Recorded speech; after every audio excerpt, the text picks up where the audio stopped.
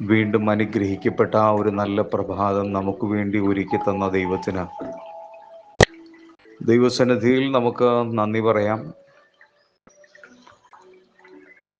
നമ്മളെല്ലാവരും സമാധാനം ആഗ്രഹിക്കുന്ന ആളുകളാണ്. എന്നാൽ പലപ്പോഴും മനപ്രയാസം കൊണ്ട്, മനോവേദന കൊണ്ട് ഉള്ളം തകർന്നിരിക്കുന്ന അനുഭവങ്ങളാണ് നമ്മളിൽ പലർക്കും.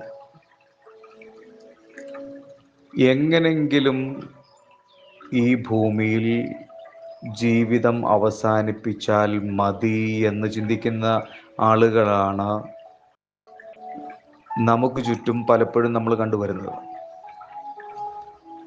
സ്വയം ജീവൻ നശിപ്പിച്ചാൽ എല്ലാ പ്രശ്നങ്ങൾക്കും പരിഹാരമായി എന്ന് കരുതുന്ന ആളുകൾ നമ്മുടെ ഇടയിലുണ്ട്. അങ്ങനെയാണ് അവർ ആത്മഹത്യയിലേക്ക് പോകുന്നത്. ആത്മഹത്യ ചെയ്യുന്ന ആളുടെ ജീവിതം അവിടം കൊണ്ട് അവസാനിക്കുമെങ്കിലും അതിൻ്റെ ദുരന്തം അനുഭവിക്കുന്നത് വലിയൊരു കൂട്ടം ആളുകൾ വീണ്ടും വേദനിക്കുന്ന ഹൃദയത്തോടെ ജീവിക്കേണ്ടി വരുമെന്നുള്ളതാണ്. അത് അവർ തിരിച്ചറിയുന്നില്ല. ഇന്ന് ആത്മഹത്യ അന്വേഷിച്ചു പോകുന്നവർ സാധാരണക്കാരോ വിദ്യാഭ്യാസമില്ലാത്ത ആളുകളോ ഒന്നുമല്ല. വിദ്യാസമ്പന്നരും സാമ്പത്തിക ശേഷിയുള്ളവരും വളരെ സെലിബ്രിറ്റീസ് ആയി ജനപ്രീതി നേടിയവരും അങ്ങനെ സമൂഹത്തിൻ്റെ വിവിധ തലങ്ങളിൽ ഉന്നത നിലവാരം പുലർത്തുന്ന ആളുകൾ ആത്മഹത്യ ചെയ്യുന്നവരിൽ ഒരു നല്ല പങ്കുമുണ്ട്. പ്രിയമുള്ളവരെ, ഒരു കാര്യം ചിന്തിക്കണം. നാം ആരും സ്വന്തം തീരുമാനപ്രകാരം ഈ ഭൂമിയിലേക്ക് വന്നവരല്ല. ജീവൻ തന്ന ദൈവത്തിന് മാത്രമേ ജീവൻ എടുക്കുവാൻ അവകാശമുള്ളൂ. ഈ തിരിച്ചറിവില്ലാതെ പോകുമ്പോഴാണ് മനുഷ്യൻ ആത്മഹത്യക്ക് ശ്രമിക്കുന്നത്.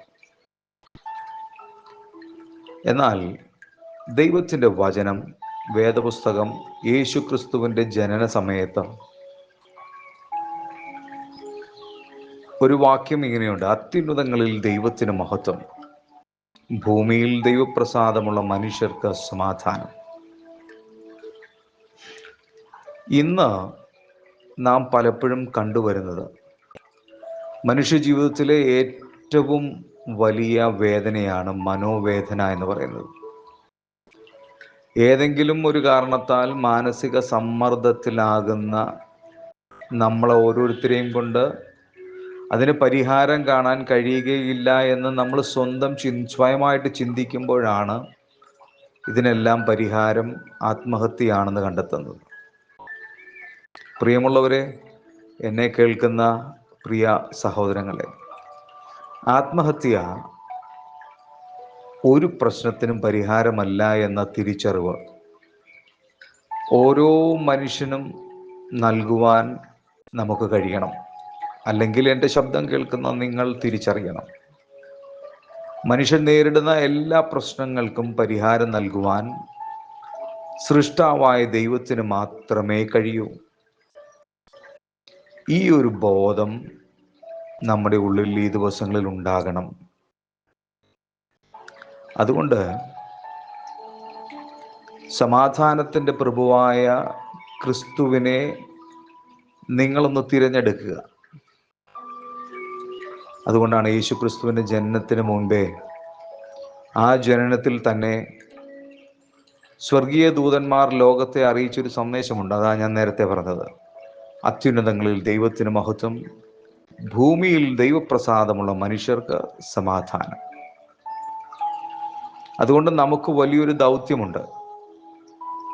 എന്താണ് ആ ദൗത്യം എന്നറിയാമോ? എൻ്റെ സമാധാനം ഞാൻ നിങ്ങൾക്ക് തരുന്നു,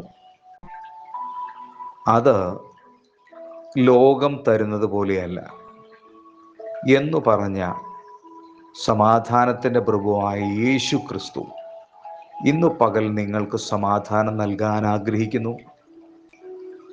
വേദനയോടെ, നിരാശയോടെ, സകലതും തീർന്നു, സർവ്വതും അവസാനിച്ചു എന്ന് പറയുന്നവർക്ക് വേണ്ടിയുള്ള സന്ദേശമാണത്. ഒരു കൂട്ടം ആളുകൾ നമുക്ക് ചുറ്റുമുണ്ട്. സമാധാനത്തിന് വേണ്ടി, ജീവിതത്തിന് വേണ്ടി യേശു ക്രിസ്തു നിങ്ങളെ വിളിക്കുകയാണ്. ആ യേശു നിങ്ങൾക്ക് സമാധാനം പങ്കിട്ടു തരും. നിരാശയിൽ നിന്ന്, ആത്മഹത്യ പ്രവണതയിൽ നിന്ന് നിങ്ങൾ ഒരു ദോഷവും സ്വയമായിട്ട് ചെയ്യാതെ, മറ്റുള്ളവർക്കൊരു വേദനയായി മാറാതെ ജീവിതത്തിലേക്ക് മടങ്ങി വരുവാൻ സർവകൃപാലുവായ ദൈവം ഇന്ന് പകൽ നിങ്ങളെ തിരിച്ചു വിളിക്കുകയാണ്. സമാധാനം ലോകം തരുന്നത് പോലെയല്ല, നിത്യമായ സമാധാനത്താൽ ഞാൻ നിങ്ങളെ ആശ്വസിപ്പിക്കാമെന്ന് പറഞ്ഞ ദൈവം ആ സമാധാനം കൊണ്ട് നിങ്ങളെ ഇന്ന് പകൽ നിറയ്ക്കട്ടെ. എല്ലാവിധമായ ഐശ്വര്യങ്ങളും നിങ്ങളുടെ ജീവിതത്തിൽ വരട്ടെ. God bless you.